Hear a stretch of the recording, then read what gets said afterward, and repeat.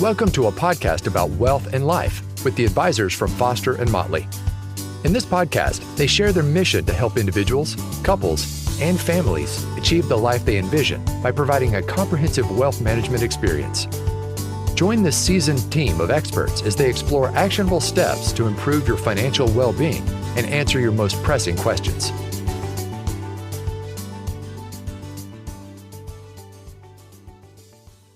Variety may be the spice of life, but diversification in investing may be a way to smooth out bumps and ease stress. Welcome to Foster and Motley's podcast about wealth and life and a discussion about diversification. Investment manager Thom Guidi and financial planner Joe Patterson are with me, Patrice Sikora, to delve into the whys and the wherefores. But first, gentlemen, tell me a bit about yourselves and why you do what you do. So, Thom, why don't we start with you? So I am an investment manager and co-chief investment officer at Foster & Motley. I've worked at Foster & Motley 15 years, started out as a trader and worked my way into the investment management role. Prior to Foster & Motley, I started at Fidelity Investments for 5 years, and I think I found a home here. All right. And Joe, it's your turn. Tell me about you. Thanks, Patrice. So I learned that I wanted to be a financial planner by learning first that I did not want to be an investment manager like Thom is doing.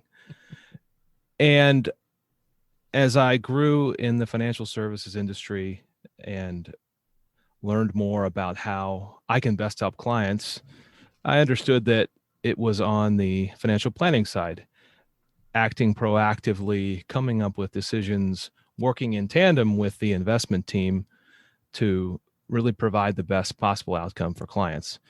And I can trace my roots and my interest in this industry back to a meeting I had with one of our founders, Dave Foster, when I was a senior in high school. I was connected to Dave through a mutual connection to interview him about setting up a low-cost, diversified investment portfolio. And I learned who better to talk to than one of the pioneers of this industry, Dave Foster. And so Dave was gracious enough to give me his time and share with me his story and his expertise. And that stuck with me. And it took me a little while to circle back to financial planning and to circle back to Foster and Motley. But like Thom, I do feel I found a home where I can stay for the rest of my career, hopefully, assuming they'll have me. Oh, outstanding. All right, we are talking about diversification. So let's start from the beginning and define it. What is it? So diversification is an interesting topic. It's a commonly used term. A lot of investors think they know what it means, and a lot of them do to a certain extent, but it's really deep as well. It's central to a lot of investment theory. So diversification is owning a broad basket of investments to help reduce investment risk. All right, that reduces your risk, but what about the return? So investment return should just become more consistent with diversification. It doesn't necessarily reduce the expected return for any given investment. This reduces the risk. Okay, if that's the case, then who wouldn't want to diversify? So some investors can't diversify. There's stocks that are held in a 401k plan for their own company that they're required to hold. Sometimes you have stock options for a company that are required to hold, or a closely held business. All those things really preclude diversification. Also, some investors just feel like, well, they know more than the rest of us. And by knowing more of the rest of us, they can concentrate their investments and maybe one or a handful of stocks that they feel is going to perform best. Now, those reasons work from the presumption that you know more than other investors. Now, if you can humbly accept that I'm not really going to know more than other investors, there's really no reason not to diversify, not to reduce risk. All right, so you accept the fact that you can't predict the future. You don't know what's coming up. Then give me more reasons why I should diversify. So I think that's a question of what does reduce risk really mean? So there's an expected return for all stocks, and everybody has in their mind what that expected return might be. Historically, it's been about 10. Recently, it's been a little bit higher. At some points in history, it's been a little bit lower. So let's just use 10 as an example. So if you're a stock investor and you buy all the stocks out there, you'd expect to get about 10. If you're going to invest in fewer stocks, even if the stock market got 10, you might get 2, or you might get 18. There's just a wider dispersion of expected returns around the average. But it doesn't mean that you're going to be above or below the average necessarily by picking a smaller set. You're just introducing that dispersion by investing in fewer stocks. Tell me what some of the risks might be that you'd be trying to minimize. Really, it comes down to investment-specific risks. So, if you're an investor in Tesla, what are the specific risks to Tesla? Well, maybe there's quality issues with their vehicle that they have to resolve. Are they able to do that successfully? Are they able to meet the expectations for deliveries? Are there competitors that are going to have an innovative product that takes over market share? All those things are Tesla specific risks that aren't related at all to the economy. So if you're investing in just one or a handful of stocks, you're just exposing yourself to those company specific risks as opposed to the general economic risk of the stock market. So you're telling me there is a very broad set of risks out there? Absolutely. And the more stocks that you hold, the less those little individual risks for every company matter. All right. How about non-company risks, though? Something like unpredictable. COVID, for one. Absolutely. And COVID really had an effect on a really broad swath of the economy, especially immediately, as we didn't know exactly who were going to be the winners and losers in that environment. So by holding a broad set of investments, yes, you are impacted by COVID. If you would have had a very narrow set of investments, you may have been a winner in that scenario, or you could have been a loser. You could have had all your money in cruise lines. Well, that would be a really bad decision. You could have had all your money in Zoom stock. Well, yeah, you probably would have done all right. But by holding a narrow set of investments, you're just producing a very diverse set of outcomes. If you want to narrow the outcome, then you hold a very broad set of investments. Why that's important is because when we're investing, avoiding those big downturns can be important. Avoiding the losses that were experienced by something like the cruise lines during the financial crisis, or during the COVID downturn. So if we have these extraordinary losses, well, yeah, that's pretty impactful for meeting your financial goals. Yeah, and Thom, you bring up a great point because you mentioned goals in your last point there. And really the why from our perspective, and especially from a planning perspective, is because we want to help clients meet their goals. That's why we diversify. And in most cases, frankly, a diversified portfolio that has an expected rate of return and an expected volatility, and that is positioned to withstand these unknowns in our world, like COVID, that is more than sufficient for clients to meet their goals of retirement, of saving for retirement, of saving for education, of the many things that we help our clients with.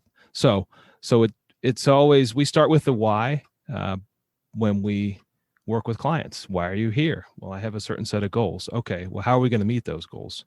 And a lot of those goals are very subjective in nature, and we kind of help them make them more objective. And then that culminates in this portfolio that we construct that our investment team manages, because financial assets are a huge key to meeting those goals. And I think I've heard it put well in a way that made sense to me, is the best way to make a lot of money or lose a lot of money is to own one stock.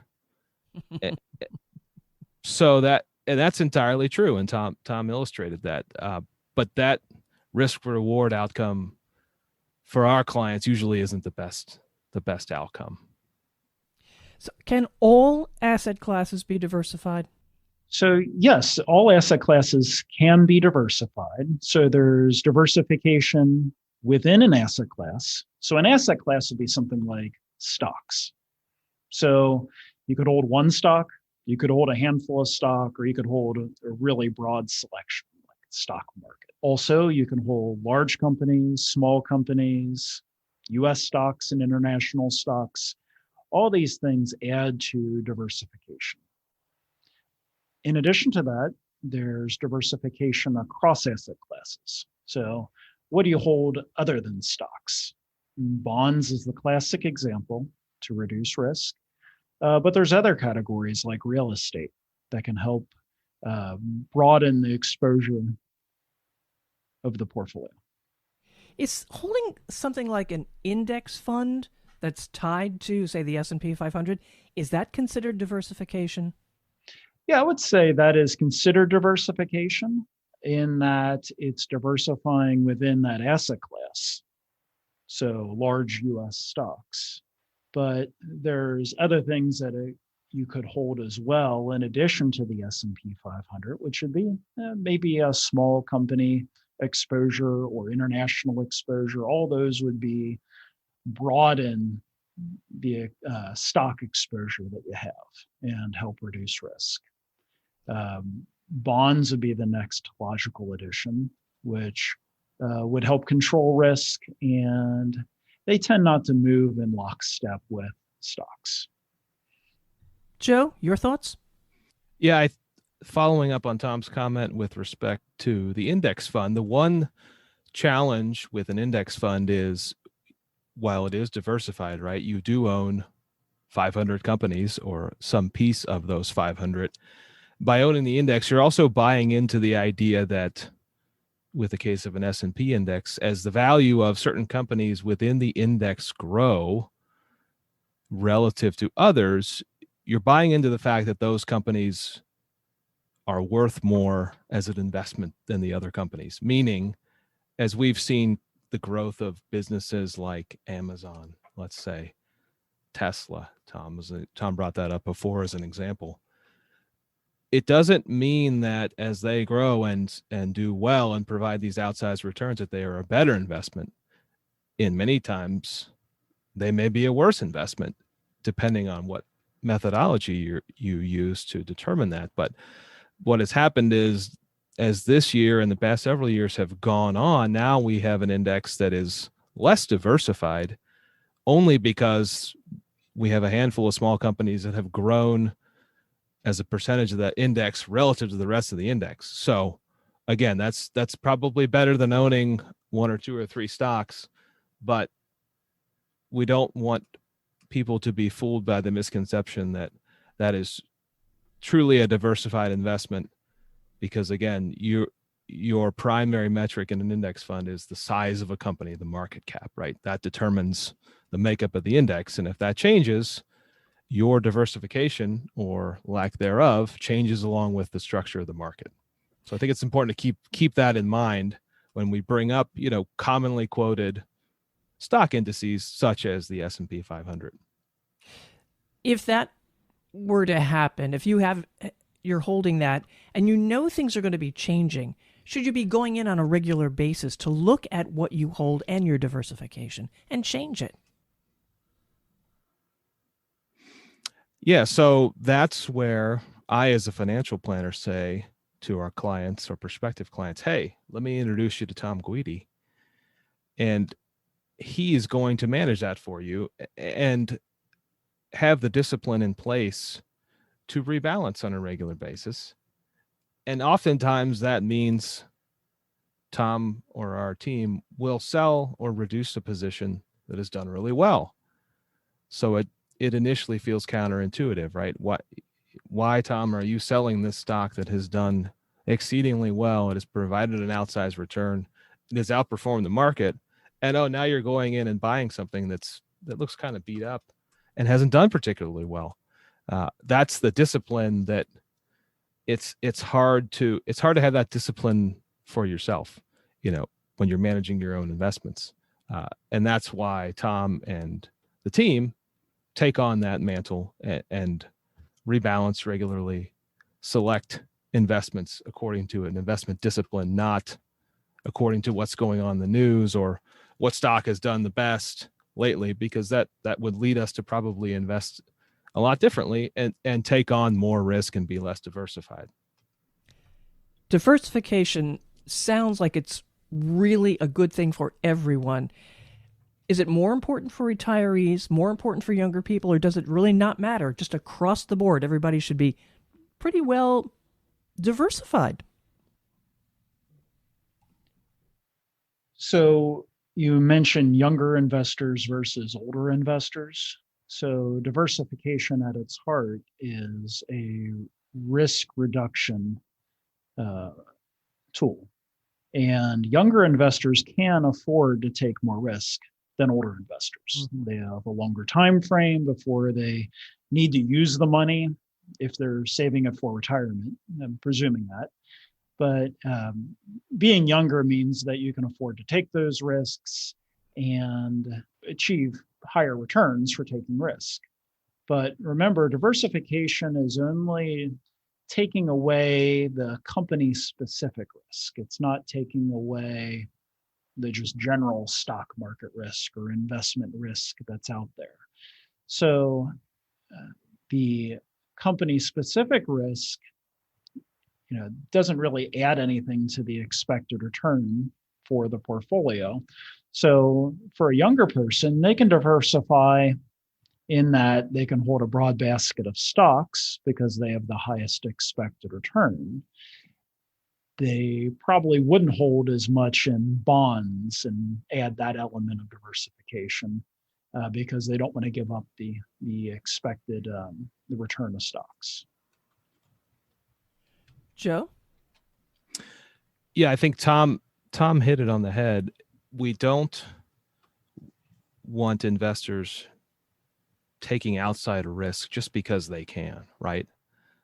We still want to have a disciplined approach about it. So younger investors, to Thom's point, get paid over time by having a discipline of saving, of staying diversified, of owning the right types of investments, not by, again, we'll call it a bet, right? Because it is a bet. You can make bets that certain industries, certain companies will do well.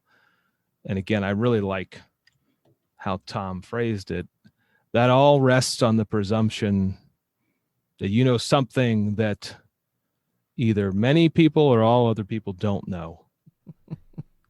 So, it's easy to get caught up in Bitcoin. Let's pick as an example. It's a wild ride. If you're on the right side of the ride, it's worked out fantastically well. As long as you remember your passwords. As long as you remember your passwords. I did read that article in the Times from a week or two ago, and it made me feel a little sick to my stomach. So we should perhaps just review that. A guy who invested in Bitcoin had millions in his wallet, and he forgot the passwords, and he's locked out now. He had 10 tries, I think, and bingo, he's locked out. He had 10 tries, and I think he may have 2 left. And I believe the number I read as of the writing was $220 million. Oh, and 2 tries to get it right. So again, that's an extreme example, but it's valuable, right? Because that is an investment that has over the past year done exceptionally well. Don't ask me or Thom why, but it has. So that's gambling, right? Let's just call it what it is. That's gambling, and that doesn't line up with how we help clients address long-term savings and meeting their financial goals. do your clients understand risk, or do you have to educate your clients about risk? From my perspective on the planning side, there is definitely an education piece. If nothing else, because what we've uncovered today is there are multiple different types of risk. There are multiple degrees of risk. Some risks are more powerful and impactful than other risks. So yeah, it's an education. It's an opportunity really for us to educate our clients, because once you understand what we're doing and why we're doing it, it makes sense why we manage portfolios in the way we do. Some clients describe themselves as risk averse. Some of those clients happen to be small business owners, and often we'll say to them, you're actually a risk seeker, right? Because you took the wherewithal and to start your own business, and your eggs are very much in one basket. So you're saying you're risk averse doesn't line up with what you've done with this great business you've started. So that is an example of, it's an education for our clients as we frame how we approach risk and how it impacts their portfolio. And really from a planning perspective, I think about, again, how does it impact their ability to reach their goals, right? We refer to this financial independence analysis that we craft for clients, and it's one of the tools in our tool belt, and it looks at the long-term sustainability of their investments, and a big piece of that is volatility. And for clients who, let's say, own a big concentrated position in a company, it doesn't matter if it's a good investment or not, because many times it is a good investment. What does matter is that by owning that concentrated position, we have to assess their portfolio differently and say, all right, you have assumed greater volatility than a diversified portfolio otherwise would provide. That might mean that your goals that you would have been able to meet could be in question, or it could be that one single security does so exceedingly well that you're fine and we don't have to worry about it. But we'd rather not leave it to that chance. But as Thom pointed out, sometimes clients find themselves in positions where they have to hold a security for one reason or another, whether it be for work, for tax constraints. So we have to help and do our best to work around that, which we do for clients. Mhm. So I understand. Go ahead, Thom. Oh, so back to your previous question about clients and educating them about risk. I think clients are averse to risks they don't understand. Most averse to risks they don't understand. So people don't like surprises. So if you can talk to a client about, this is what you hold, this is the expected results, but these are the expected bumps that we're going to come across over the rest of your life as an investor, they feel a lot more comfortable with it, because if you have a plan in place ahead of time about what to do when something wrong does happen, and we don't always know why. Never would have guessed there'd be a pandemic in 2020. As long as you follow the plan, they know what to expect, and you follow through, they feel a lot more comfortable. Now, you both had mentioned bonds during the conversation.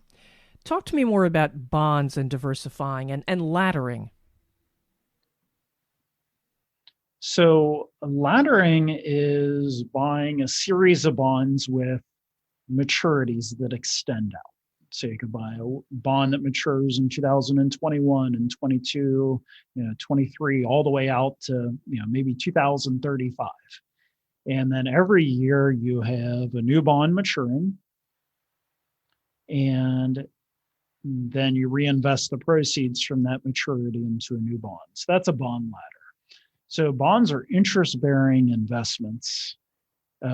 And one of the big risks for bonds is that interest rates change. So if that in a ladder, that bond you bought 15 years ago, was paying 9%, and you go to invest in a new bond today, and the similar bond's paying 3%, you've just lost a lot of income from your bond portfolio. So if you extend that out over time, the impact of that is felt over time. So that's what laddering does for you. When we manage bonds, we don't ladder a portfolio. We're not as concerned about those reinvestment risks. We control it through controlling the average length of all the bonds. So if you take, bonds laddered from now out to 2035, say that's 15 years, the average length of all those bonds is somewhere around 7.5. You can manage to a very similar, it's called duration of that set of bonds through buying a broad basket. And you can do that by buying a lot of things that maybe are 3-year bonds and a lot of others that are longer. And on average, as long as you have that same kind of duration, it has the same risks as a bond ladder, but you can potentially get more interest from that by buying the most attractive issues, the issues that for whatever reason the market pays a little bit extra for 3-year paper and 15-year paper, or whatever the case might be. So you don't have to control your risk by having something mature every year. You can control your risk by keeping an eye on the average maturity or the average duration for all those bonds. If I work in the tech industry, I know tech, right? Should I focus on tech? That's a tough one to answer because of how well tech has done recently. So I certainly have a client or 2 or 3 that's true, and a lot of them have done really well. If you would have asked the same question in 1999, when you could have said the same exact thing, and they probably did well the last 3 years. And if I'm answering the question in 1999, I'd probably be very tempted to say, yes, bet on yourself. You know this, tech's going to continue to ride, but we all know how that turned out. What industry does well is really cyclical. So yeah, you might know tech, and you might know, as Joe alluded to earlier, you might work from the presumption pretty accurately that you know more than most people. But you don't know where technology overall, price matters. So maybe back in 1999, technology was just really expensive. Technology stocks are really expensive, and they spent the next several years in the doldrums. And Cisco, back in 1999, 2000 was one of the largest companies in the United States. And today it's still, a leader in its industry. But there is a negative price return for Cisco over the last 20 years. And that's just because it was so expensive back in 2000. So price matters. So yes, you might know more about companies, being a tech person, about the companies that you interact with on a daily basis. But because price matters so much, and because returns can be pretty cyclical, and tech as a whole, might not do well in the next few years just because it looks kind of expensive right now. Or it could do great. I don't know. Then Let's take it to a different industry too. If I know an industry, if I work in an industry and I believe I know that industry, should I focus there, or should, again, I look outside? Yeah, I think it's just any industry can be overpriced, and the whole industry can do poorly over a period of time. And I remember back prior to the financial crisis and listened to all these calls from all these banks, and we had a really great idea about, where to invest in banks. And you know what? That was all for naught, because maybe you avoided the worst of the banks, but even the best of the banks did really poorly in 2007, 2008. So you could have been very right about your industry in that case. But if you focus just on that industry, you could be really wrong, because all banks move the same way. And technology back in the early 2000s, all tech companies move the same direction. I mean, you could, ID a number of times where one industry just gets washed out for one reason or another. So focusing on a specific industry just introduces that risk. Joe, your thoughts? One situation that we encounter often with our clients, and it takes different forms, but it's more or less the same story, is we have successful clients who work for a company that's publicly traded, or not, but often publicly traded. So they have, because of their success, been invited to participate in equity compensation, or as a part of their regular compensation are given stock options, restricted stock units, similar types of compensation, where they are tied to the performance of the company. And over time, those stock awards come due, the stock options can be exercised, and we have the discussion of, well, okay, now you have this cash, what did we do? And we really would prefer that those dollars be invested outside of their industry and their business, because it's, again, this diversification topic. They have a lot of eggs in one basket. That's one of the benefits and costs of being a successful executive in a publicly traded company where you've done well. A lot of your net worth is tied to the success or lack thereof of the business that you're in. And when there's an opportunity to reduce that risk, that single, really what is a single stock risk, we like that, because that puts more certainty behind their long-term goals. Does it mean that we'll take those dollars and Thom will invest them and he will generate a better return? Not necessarily.